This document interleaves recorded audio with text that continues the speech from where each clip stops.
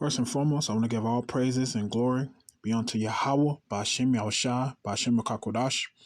Double honors to the apostles of Great Millstone who rule well, and peace and salutations to the elders and Akim pushing this truth and sincerity. And to the elect who are receiving this truth, I say grace be unto you.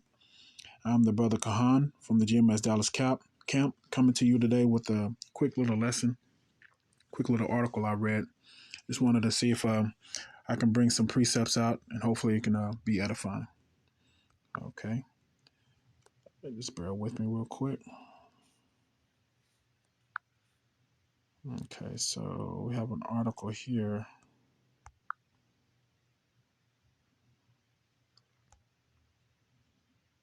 Salaki. Let's pull it up real quick.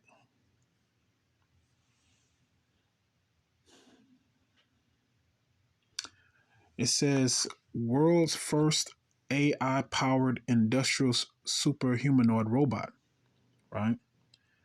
So I'm going to read a little bit of the article and I'm going to play a little bit of the video, bring out some precepts, and hopefully it'll be edifying. It says, in a groundbreaking development, California-based robotics and artificial intelligence company Dexterity has unveiled Mech, the world's first industrial super humanoid robot, right? It says this innovative creation figures to revolutionize enterprise operation, particularly in the logistics and manufacturing sectors, right? It says let's dive into the details of this new technology and explore its potential impact on the industry. It says this industrial superhumanoid robot features two arms mounted on a rover, allowing it to navigate warehouses and industrial sites with ease. With its impressive 17.72 foot arm span and the ability to lift up to 132 pounds, Mech is designed to tackle stressful and repetitive tasks that often lead to workplace injuries. Right.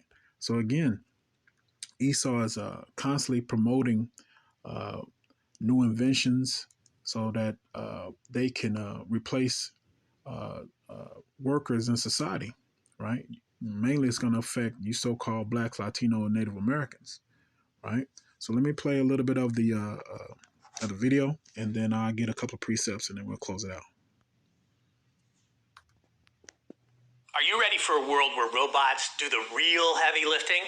I'm Kurt the Cyber Guy. Follow me at .com and find out why hundreds of thousands of people get my newsletter for free. Meet Mech, the world's first industrial super robot that's ready to replace human workers. Mech is designed by Dexterity, a physical AI and robotics company based in California. With its massive 17.7-foot arm span and ability to lift 132 pounds, it is like having a tireless worker that never needs a break. Mech is powered by advanced AI and can handle delicate tasks with a human-like touch, from stacking oddly shaped boxes to gently handling fragile parcels and lifting the heavy ones too. Mech can do it all with precision. All right, so here's the million-dollar question. Are these superhumanoid robots becoming more advanced? Are we looking at a future where they're going to completely replace us humans, or are they going to simply become our... And of course they are. They're definitely meant to achieve those ends, right? Let me bring out this precept real quick. Let's go to Genesis. Genesis chapter 4.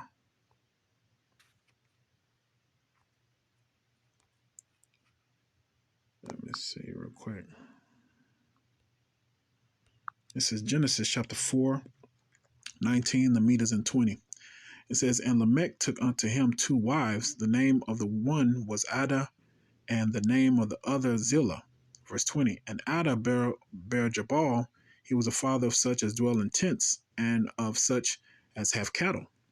And his brother's name was Jubal. He was the father of all such as handle the harp and organ. This is the meat.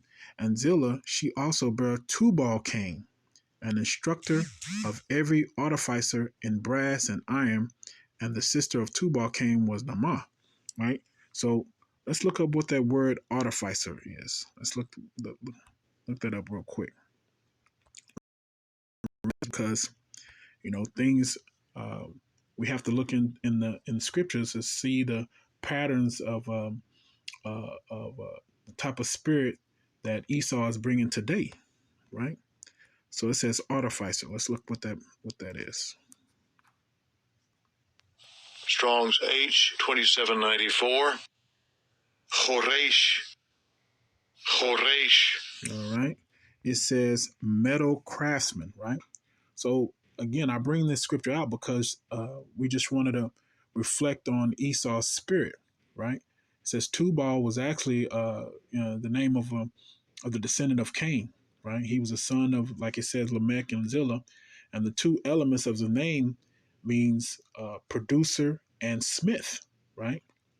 So he is actually associated with the origins of metalworking, creating new inventions. He forged tools out of bronze and iron, right? So that's why it's important to filter things through the scripture, right?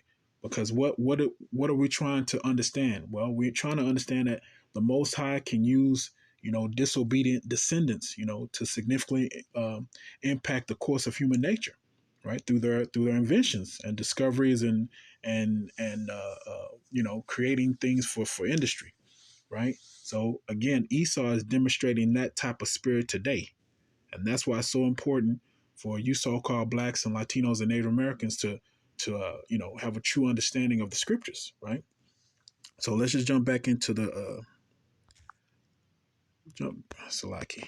Let's jump back to the article real quick. Salaki. Trying to navigate this stuff is all right, Salaki. Go back to the article real quick. So this AI powered machine is definitely going to replace you so-called blacks, Latinos, and Native Americans, and ensure that Esau maintains its power in society, right? So again, let me just go back to the video. Are you ready for a world where robots do the real heavy lifting? I'm Kurt the Cyber Guy. Follow me at cyberguy.com and find out why hundreds of thousands of people get my newsletter for free. Meet Mech, the world's first industrial super robot that's ready to replace human workers. Mech is designed by Dexterity, a physical AI and robotics company based in California. With its massive 17.7-foot arm span and ability to lift 132 pounds, it is like having a tireless worker that never needs a break. Mech is powered by advanced AI and can handle delicate tasks with a human-like touch, from stacking oddly shaped boxes to gently handling fragile parcels and lifting the heavy ones too. Mech can do it all with precision. All right, so here's the million-dollar question. Are these superhumanoid robots becoming more advanced? Are we looking at a future where they're going to completely replace us humans? Or are they going to simply become our new co-workers, helping us achieve superhuman productivity? I think we know that answer, right? What do you think? Comments are below. More crazy cool tech. Okay, and again, he posed the question. There's no way that these AI powered robots are going to be your coworkers. They are created to replace you. He just mentioned that they don't need breaks, they don't need vacation time, they're not going to be prone to any type of injury, so that you workers are going to be suing the company. So again, Esau always tries to portray, his inventions as though they're going to be so helpful for you so-called blacks and Latinos and Native American. He doesn't need you anymore. He doesn't need your labor anymore. He doesn't need none of the problems that are associated with having workers. Right. That's the whole point of him creating all these AI superhumanoid robots, right? So let's get a couple of scriptures real quick. I'm gonna get Salaki. Let me get Second Ezra chapter 8.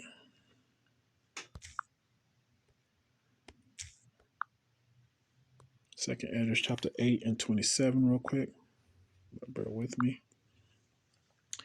This is Second Ezra chapter 8 verse 27. It says, regard not the wicked inventions of the heathen, but the desire of those that keep thy testimonies in afflictions, right? So again, we're not to regard the wicked inventions of Esau, because again, Esau speaks with a forked tongue.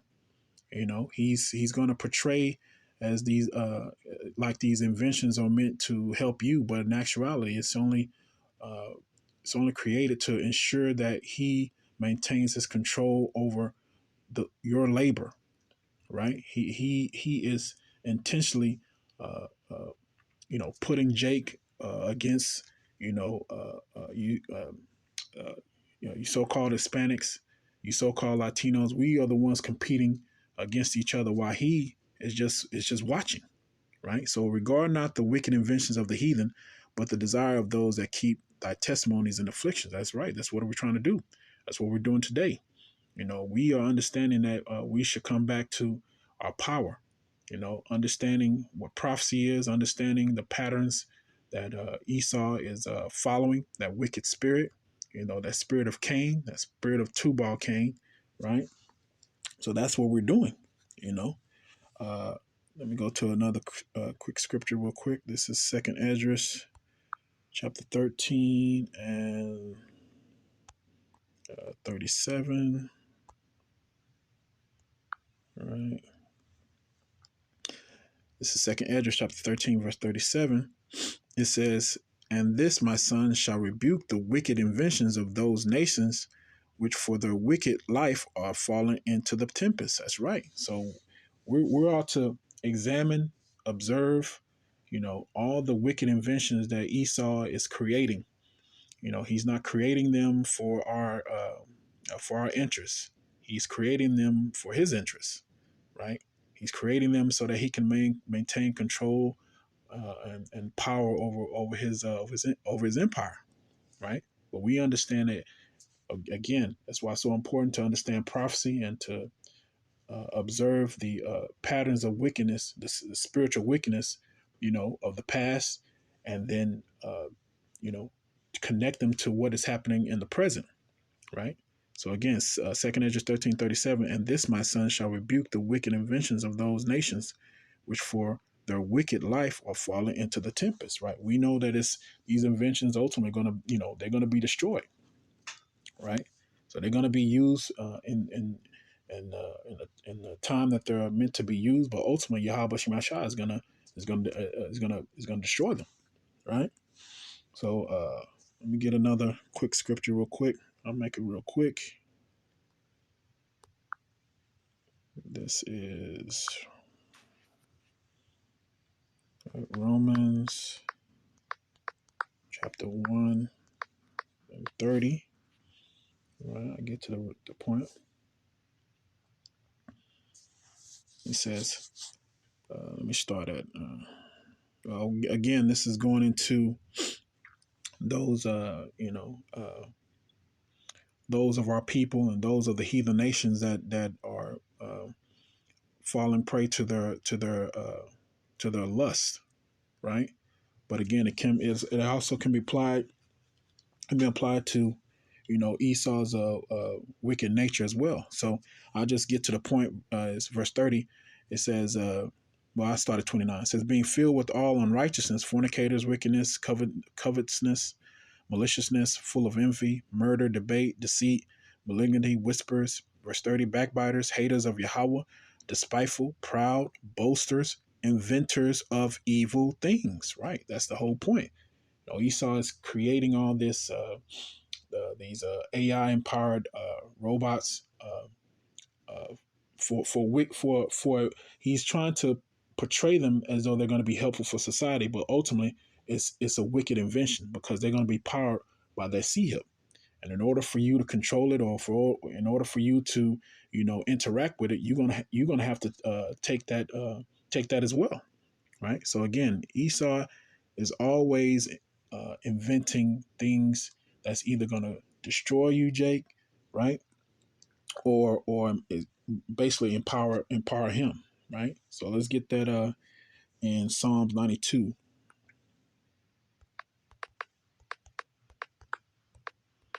Psalm 92, 7, right? It says, when the wicked spring as the grass, and when all the workers of iniquities do flourish, it is that they shall be destroyed forever. That's right. So right now, Esau's creating all these, AI empowered robotics to flourish, to make more money, to make more profit, right? But scriptures always, always tells of the fate of those who are unrighteous, and tells you of the fate of those who are righteous, right? So we know ultimately Yahweh Shemiah Shai, is going to destroy all those wicked inventions, right? So again, these instruments are used uh, for uh, for control, right? So again, Esau understands that, and he's going to make sure that he makes it so convenient. He's going to make it uh, uh, so impressive, so that it doesn't alarm people, it doesn't shock people. People are going to actually be encouraged to either interact with it, or uh, yeah, that's what they're gonna have to do, right? So let me get another quick scripture and then I'll close it out. This is Psalms chapter 94, verse 3. I think the meat is in 5, but it says, Lord, how long shall the wicked slacking. Lord, how long shall the wicked triumph?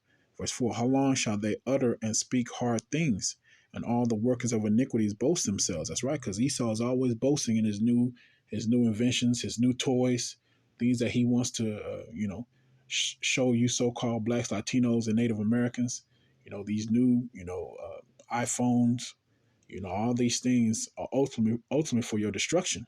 Verse 5 says, they break in pieces thy people, O Lord, and afflict thine heritage. That's right. All these things, these instruments are just used to confuse Jake. It's used to bind Jake towards this wicked kingdom, right? But Jake doesn't realize that. Jake doesn't understand. You so-called blacks, Latinos, and Native Americans don't understand that you need to remove yourself from the wicked inventions. And you know, of course, we're not saying that you shouldn't use things that are not convenient for you, but understand the what's happening. Understand the true essence of these inventions. It's meant to uh, um, make things convenient for you. It's meant to bind you to this wicked system. Scripture says, "Well, don't uh, use the world, but not abuse it." Right. So we understand that we're still in the flesh. We understand that we're still in this captivity. We're under obedience to obey the powers that Yahweh has ordained over us. But at the end of the day, we're gonna have to stand on faith. We're gonna have to stand on faith in our belief. So again, I just wanted to make sure this Uh, this was edifying for the flock. I want to give all praises and glory to Yahweh, by Hashem, Yahushua, by Hashem Kakadash. Double honors to the apostles of Great Millstone who rule well. And peace and love to all you Akim pushing this truth and true sincerity. I want to say Kwam Yasharala and a Bob a ball.